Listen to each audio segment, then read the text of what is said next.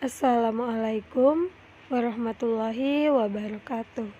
Salam sejahtera bagi kita semua. Alhamdulillahirabbil alamin wa bihi nasta'in wala umuri dawatin wala asrafil anbiya'i wal mursalin wa ala alihi wa sahbihi ajmain amma ba'du.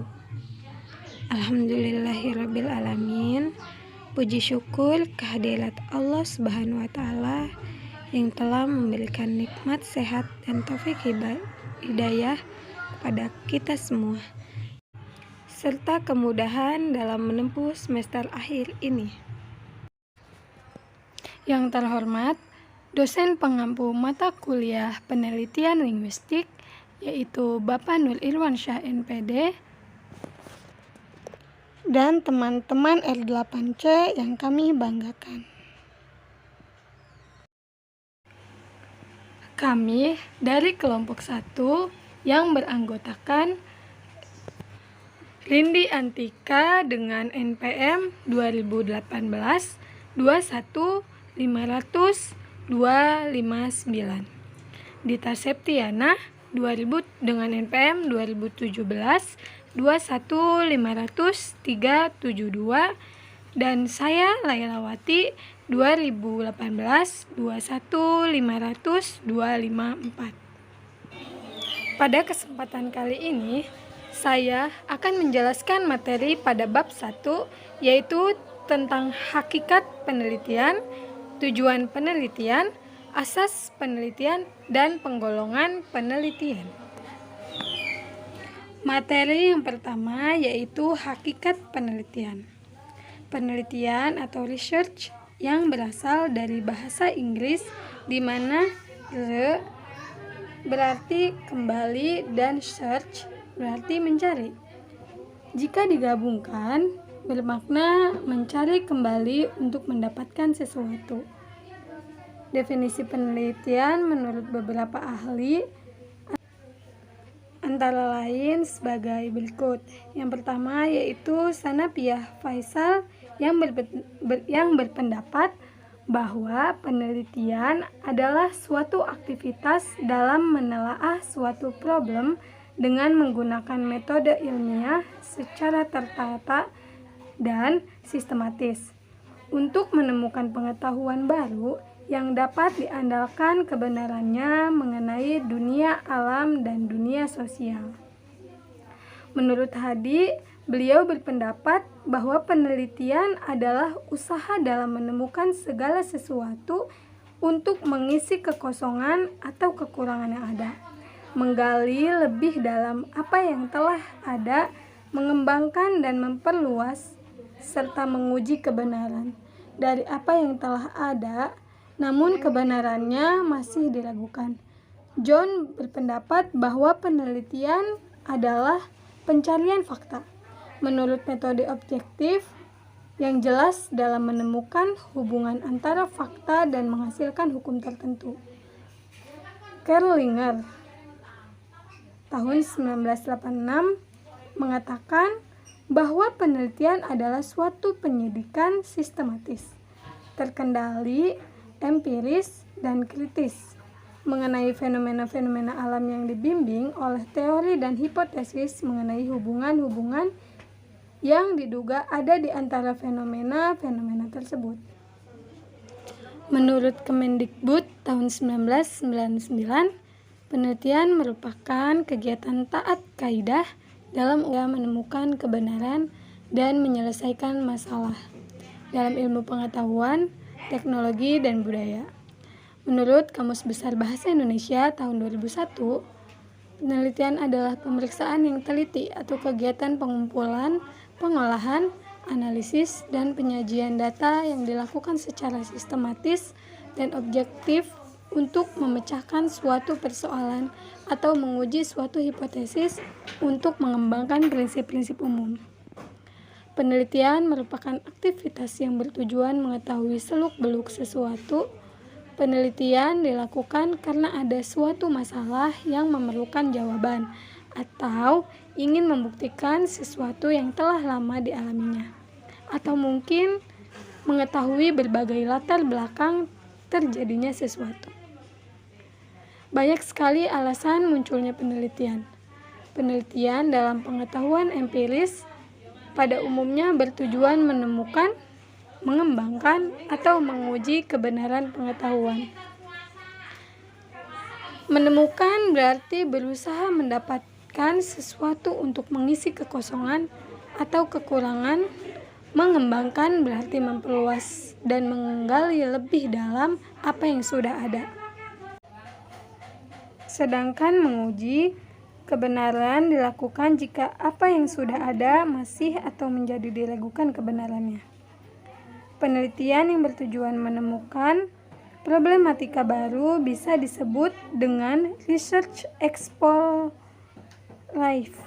Penelitian yang khususnya dimaksudkan untuk mengembangkan pengetahuan yang sudah ada disebut penelitian pengembangan. Penelitian yang ditunjukkan untuk menguji kebenaran sesuatu pengetahuan disebut research verifikatif. Nah, dari beberapa pendapat di atas dapat kami simpulkan bahwa penelitian adalah suatu kegiatan atau proses sistematis, melainkan juga dilakukan dengan menggunakan metode ilmiah atau scientific method. Dalam hakikat penelitian, yaitu ada beberapa bagian. Yang pertama yaitu tentang penelitian merupakan proses sistematis. Nah, dalam penelitian proses sistematis ini merupakan kegiatan yang dilakukan dengan prosedur yang ditetapkan secara tertata atau sistematis. Prosedurnya berarti menggunakan urutan tertentu. Tersistem berarti menunjukkan adanya hubungan fungsional antara kegiatan yang dilakukan. Dalam urutan-urutan penelitian ilmiah adalah sebagai berikut, yaitu perumusan masalah, penelaahan informasi, pengumpulan data, analisis data, dan penyajian kesimpulan. Baik, di sini saya akan menjelaskan tentang perumusan masalah. Perumusan masalah merupakan salah satu bagian yang paling dalam penyusunan makalah atau karya ilmiah. Pada bagian ini, peneliti dituntut untuk bisa menjabarkan permasalahan yang akan diangkat dalam bentuk pertanyaan. Melansir dari Pro Thesis Writer, rumusan masalah adalah tulisan singkat berupa pertanyaan-pertanyaan mengenai masalah atau kejadian. Rumusan masalah dipertanyakan beberapa hal yang berkaitan dengan suatu penelitian. Nantinya, jawaban dari pertanyaan tersebut yang akan menjadi fokus penelitian. Selanjutnya yaitu penelaahan informasi, yaitu tentang mengidentifikasi hal-hal yang terkait dengan penelitian ilmiah seperti kesalahan metodologi, kurangnya orisinalitas, atau kesimpulan yang tidak didukung oleh hasil yang diperoleh. Penelaah juga harus menyoroti pengabaian dalam daftar referensi dan memperhatikan etika akan tetapi penelaah informasi tidak bertindak sebagai editor bahasa. Pengumpulan data yaitu data bahan keterangan berupa himpunan fakta, angka, huruf, grafik, tabel, lambang, objek, kondisi, situasi. Data merupakan bahan baku informasi. Untuk mencapai tujuan penelitian, peneliti memerlukan data yang benar yang dapat diperoleh di lapangan sesuai dengan topik dalam penelitiannya. Nah, pengumpulan data ini merupakan kegiatan mencari data di lapangan yang akan digunakan untuk menjawab permasalahan penelitian. Validitas pengumpulan data serta kualifikasi pengumpulan data sangat diperlukan untuk memperoleh data yang berkualitas. Saat mengumpulkan data, peneliti harus tekun, sabar, dan tidak putus asa. Peneliti harus sabar untuk berjalan dari rumah ke rumah atau mendatangi instansi tertentu untuk mengadakan wawancara atau membagi kuesioner. Jika seorang peneliti tidak memiliki mental yang kuat, ia akan mudah putus asa dan akhirnya gagal. Secara umum, data terbagi menjadi dua, yaitu data primer dan data sekunder. Data primer adalah data yang diperoleh langsung dari lapangan, sedangkan data sekunder adalah data yang diperoleh secara tidak langsung dari lapangan. Selanjutnya, yaitu analisis data. Analisis data merupakan proses inspeksi, pembersihan, dan pemodelan data dengan tujuan menemukan informasi yang berguna, menginformasikan kesimpulan, dan mendukung pengambilan keputusan. Analisis data memiliki banyak sisi dan pendekatan, mencakup beragam teknik dengan berbagai nama, dan digunakan dalam berbagai bidang bisnis, ilmu pengetahuan, dan ilmu sosial, dalam membuat keputusan lebih ilmiah dan membantu bisnis beroperasi lebih efektif. Nah, yang terakhir yaitu penyajian kesimpulan. Penyajian kesimpulan dalam penelitian bukanlah suatu karangan atau pembicaraan-pembicaraan yang berasal dari luar penelitian. Akan tetapi, penyajian kesimpulan berasal dari proses yang dilakukan pada bab awal hingga bab analisis dan pembahasan dalam suatu penelitian. Artinya, penyajian kesimpulan adalah intisari dari bab-bab sebelumnya atau intisari dari hasil analisis dan pembahasan. Kesimpulan biasanya ditarik berdasarkan data yang sudah dianalisis. Nah, dilansir dari buku Metodologi Penelitian Sosial pada tahun 2019 karya Ismail Nurdin dan Sri Hartati, dijelaskan bahwa ketika menarik kesimpulan ada beberapa hal yang harus diperhatikan, yaitu yang pertama, berisi jawaban dari tujuan penelitian atau pembuktian hipotesis. Yang kedua, jumlahnya harus sesuai dengan tujuan penelitian. Ketiga, sebaiknya menggunakan kalimat singkat, jelas, dan padat agar mudah dipahami oleh pembaca. Yang keempat, kesimpulan disampaikan dalam bentuk pernyataan yang ketat dan pada saat padat sehingga tidak menimbulkan interpretasi lain. Yang terakhir yaitu informasi yang ditampilkan dalam kesimpulan dapat berupa pendapat baru, koreksi atau mendapat pendapat lama, pengukuhan pendapat lama, atau menumbangkan pendapat lama. Lalu yang kedua yaitu penelitian merupakan kegiatan yang dilakukan dengan metode ilmiah.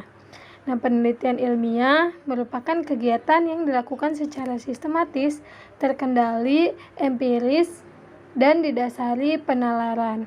Critical investigation of hypothetical profession mengenai kesalingan antara gejala-gejala alam. Nah, dalam penelitian dengan metode ilmiah ini terdapat urutan-urutan. Yang pertama yaitu identifikasi masalah, formulasi hipotesis, pengumpulan informasi, analisis data, dan penyajian kesimpulan. Sebenarnya urutan-urutan ini ada perbandingannya dan kesesuaian antara proses sistematis dengan metode ilmiah yang dapat dilihat pada bagan sebagai berikut. Yaitu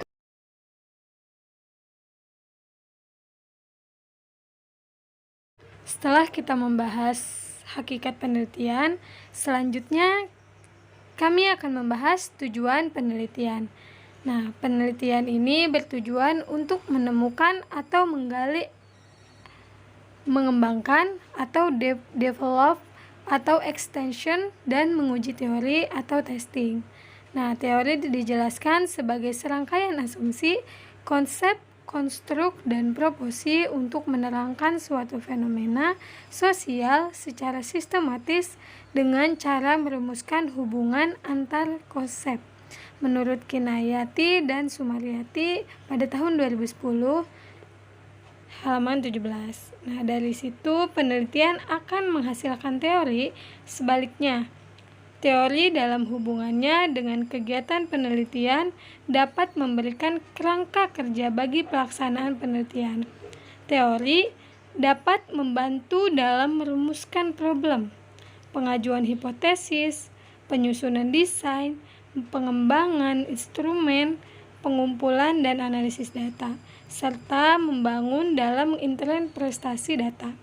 Terkait ilmu pengetahuan, dapat dikemukakan 3 tujuan umum penelitian sebagai berikut. Yang pertama yaitu tujuan eksploratif.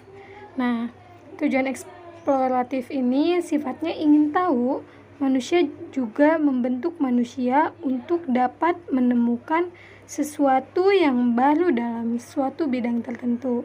Nah, hal ini bisa diperoleh manusia dengan melakukan penelitian. Hasil meneliti bersifat eksploratif atau penemuan. Bisa jadi adalah hal yang sama sekali baru, namun bisa juga sesuatu yang sebenarnya sudah pernah ditemukan namun belum dipublikasikan. Contohnya seperti feminisme dalam novel Mata Raisa karya Abida El Khaleki dan implikasinya terhadap pembelajaran sastra di sekolah. Itu dari Susanti pada tahun 2015. Yang kedua yaitu tujuan verifikatif. Tujuan ini dilakukan penelitian yang lain adalah penguji atau verifikatif, yaitu menguji kebenaran suatu yang pernah disampaikan atau pernah ditulis pada suatu bidang tertentu. Penelitian yang bersifat verifikatif ini juga penting mengingat kesimpulan yang telah dirumuskan sebelumnya haruslah dapat berlaku secara umum sehingga kebenaran tersebut dapat diterima. Materi yang ketiga yaitu materi tentang tujuan pengembangan. Apa sih yang dimaksud dengan tujuan pengembangan? Nah, tujuan lain dari penelitian adalah mengembangkan suatu konsep dari suatu teori atau kebenaran yang telah ada sebelumnya. Nah, di sini juga ada yang pertama untuk memperoleh informasi baru. Apa sih maksudnya untuk memperoleh informasi baru? Nah, maksudnya itu penelitian biasanya akan berhubungan dengan informasi atau data yang masih baru jika dilihat dari aspek si peneliti. Nah, yang kedua ini tuh ada mengembangkan dan menjelaskan data penelitian. Di sini tuh ada 3. Yang pertama itu tujuan yang kedua adalah mengembangkan dan menjelaskan. Yang kedua, fungsi kedua ini sangat penting dan sangat bermanfaat secara signifikan ketika para peneliti berusaha memecahkan permasalahan dengan tidak menginginkan terjadinya pengulangan kerja atau penggunaan tenaga yang sia-sia. Nah, yang ketiga itu di sini ada aspek nasionalisme pada lirik lagu Iwan Fals. Lagu ini berjudul dengan album Manusia Setengah Dewa, Iwan Fals 2015. Nah, yang ketiga itu saya akan menjelaskan tentang menerangkan, memprediksi, dan mengontrol suatu ubahan. Di sini itu penjelasannya Tujuan penelitian yang ketiga ini sangat penting dalam aspek akademika karena dengan memiliki kemampuan yang mencangkup, menerangkan, memprediksi, dan mengontrol sesuatu. Nah, dapat dikatakan bahwa seseorang tersebut adalah orang yang ahli yang memiliki kelebihan apabila dibandingkan dengan orang yang awam. Di sini saya juga akan memberikan itu adalah analisis karakter tokoh dalam novel Perjalanan Menuju Langit karya Muhammad Muhsin Lahaji Sugiyarti 2013. Nah, di sini saya juga akan menjelaskan yang C. Yang C itu ada asas-asas dasar penelitian. Di sini tuh ada 3 ya. Yang pertama itu penelitian harus dilakukan secara sistematis.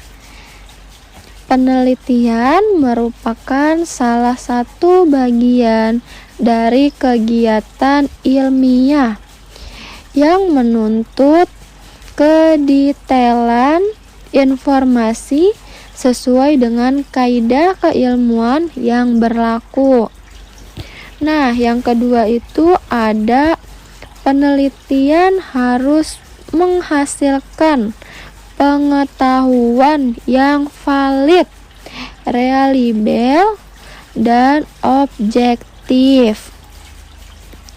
Nah, yang A itu ada valid berhubungan, yang B itu ada reliable, yang C itu ada objektif penelitian. Nah, yang ketiga itu adalah penelitian didukung data empiris. Maksudnya itu, informasi dikatakan empiris jika sumber data menggambarkan fakta yang terjadi, bukan sekedar pemikiran atau rekayasa. Jadi, itu berdasarkan dengan fakta. Yang D itu adalah penggolongan penelitian. Apa sih penggolongan penelitian?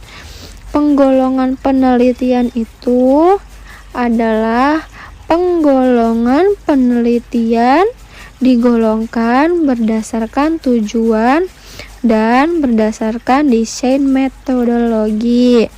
Berdasarkan tujuannya dapat digolongkan menjadi 2, yaitu penelitian dasar dan penelitian terapan. Penelitian dasar disebut juga penelitian murni yang merupakan penelitian yang dipergunakan untuk mengembangkan teori yang akan mendasari penelitian terapan. Penelitian dasar tidak ditujukan untuk memecahkan masalah secara praktis, tetapi prinsip-prinsip yang dihasilkan dapat mendasari pemecahan masalah praktis. Hasil penelitian dasar sering digunakan sebagai landasan bagi penelitian terapan. Adapun contohnya hubungan latar belakang sosial orang tua dan keterampilan berbicara siswa kelas 7 Sekolah Menengah Pertama Karida Putra Jakarta Timur. Hasil penelitian yaitu memiliki hasil pengujian hipotesis data normal. Kesimpulannya yaitu hipotesis dapat diterima, maka terdapat korelasi yang positif dan signifikan antara latar belakang sosial orang tua dengan keterampilan berbicara. Yang kedua ada penelitian terapan. Penelitian terapan bertujuan untuk memecahkan problem mendesak dan hasilnya dapat dimanfaatkan dengan segera dalam kehidupan praktis. Salah satu tipe dari penelitian terapan yaitu penelitian tindakan atau action research. Penelitian ini dilakukan guru atau manajer atau administrator bertujuan untuk bahan pengambilan keputusan dalam ruang lingkup lokal. Penelitian ini tidak banyak menuntut untuk melakukan generalisasi. Contohnya, pengaruh minat membaca terhadap apresiasi puisi pada anggota keterampilan sastra tingkat SMK di Sekolah Master Depok. Yang kedua, berdasarkan desain metodologinya dapat digolongkan menjadi 9. Yang pertama ada penelitian eksperimen. Penelitian eksperimen ini adalah suatu situasi penelitian dengan peneliti paling tidak manipulasi satu variabel penelitian untuk mengetahui ada atau tidaknya hasil yang berbeda dari pengaturan atau perubahan variabel independen tersebut. Penelitian eksperimen ini bertujuan untuk membandingkan dan mencari hubungan sebab akibat. Oleh karena itu, penelitian eksperimen juga dikenal dengan penelitian kausal komparatif. Yang kedua ada penelitian kuasi eksperimen. Kuasi arti lain dari semu. Penelitian kuasi eksperimen dapat diartikan sebagai penelitian yang mendekati eksperimen atau eksperimen semu. Untuk penelitian ini banyak digunakan pada bidang ilmu pendidikan atau penelitian lain dengan subjek yang diteliti adalah manusia. Manusia tidak boleh dibedakan antara satu dengan yang lain, seperti mendapat perlakuan karena berstatus sebagai kelompok kontrol. Pada penelitian kuasi eksperimen, peneliti dapat membagi kelompok yang ada dengan tanpa membedakan antara kelompok kontrol dan kelompok eksperimen secara nyata, dengan tetap mengacu pada bentuk penelitian yang sudah ada. Yang ketiga ada penelitian ex post facto. Penelitian ex post facto adalah penelitian ini peneliti tidak berusaha mengendalikan atau mengatur variabel independen karena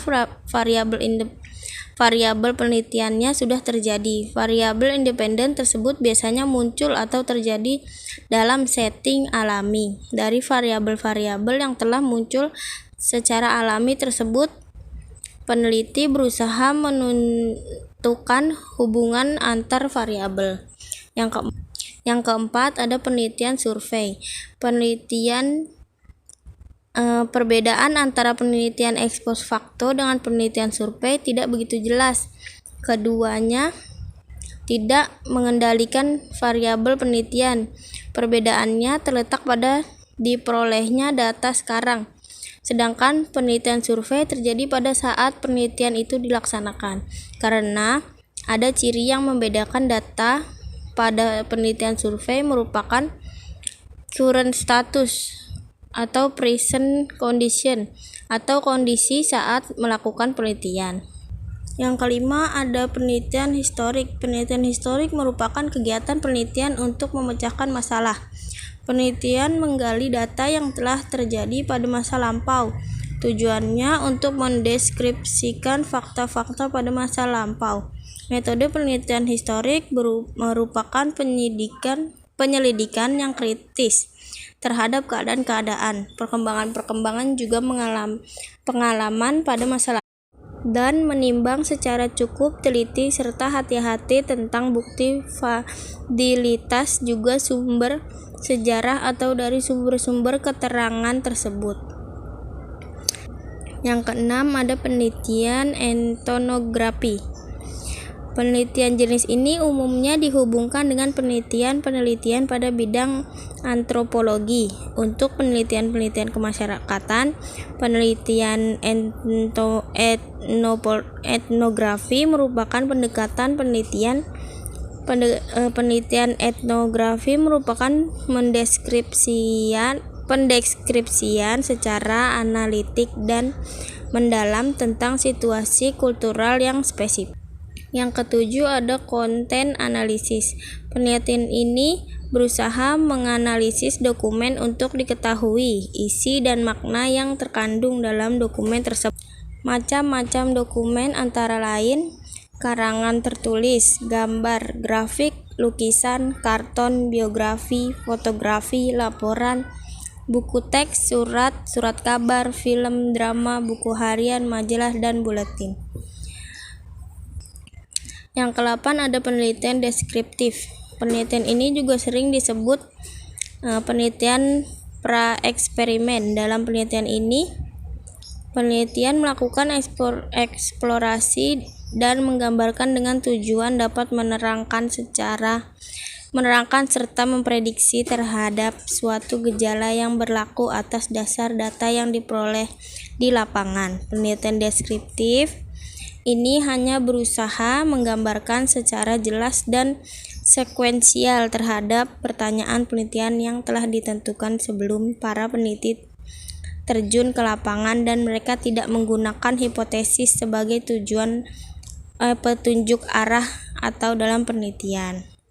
Metode penelitian deskriptif adalah suatu metode dalam meneliti status kelompok manusia, suatu objek, suatu set kondisi, sistem pemikiran, dan suatu kelas peristiwa pada masa sekarang. Adapun tujuan dari penelitian deskriptif ini adalah untuk membuat deskripsi gambaran atau lukisan secara sistematik, faktual, dan akurat mengenai fakta-fakta, sifat-sifat, serta hubungan-hubungan antara fenomena yang diteliti. Yang terakhir, kesembilan, metode penelitian tindakan. Penelitian ini ialah suatu penelitian yang berkembang bersama-sama antara penelitian dan pengambilan keputusan tentang variabel-variabel yang dimanipulasi dan dapat segera digunakan untuk menentukan kebijakan serta pembangunan. Peneliti dan mengambil keputusan bersama-sama, menentukan masalah dan membuat desain serta melakukan program-programnya. Baik, cukup sekian presentasi yang telah kami sampaikan. Semoga apa yang telah kami sampaikan bermanfaat bagi teman-teman semua. Kurang lebihnya mohon maaf. Wassalamualaikum warahmatullahi wabarakatuh.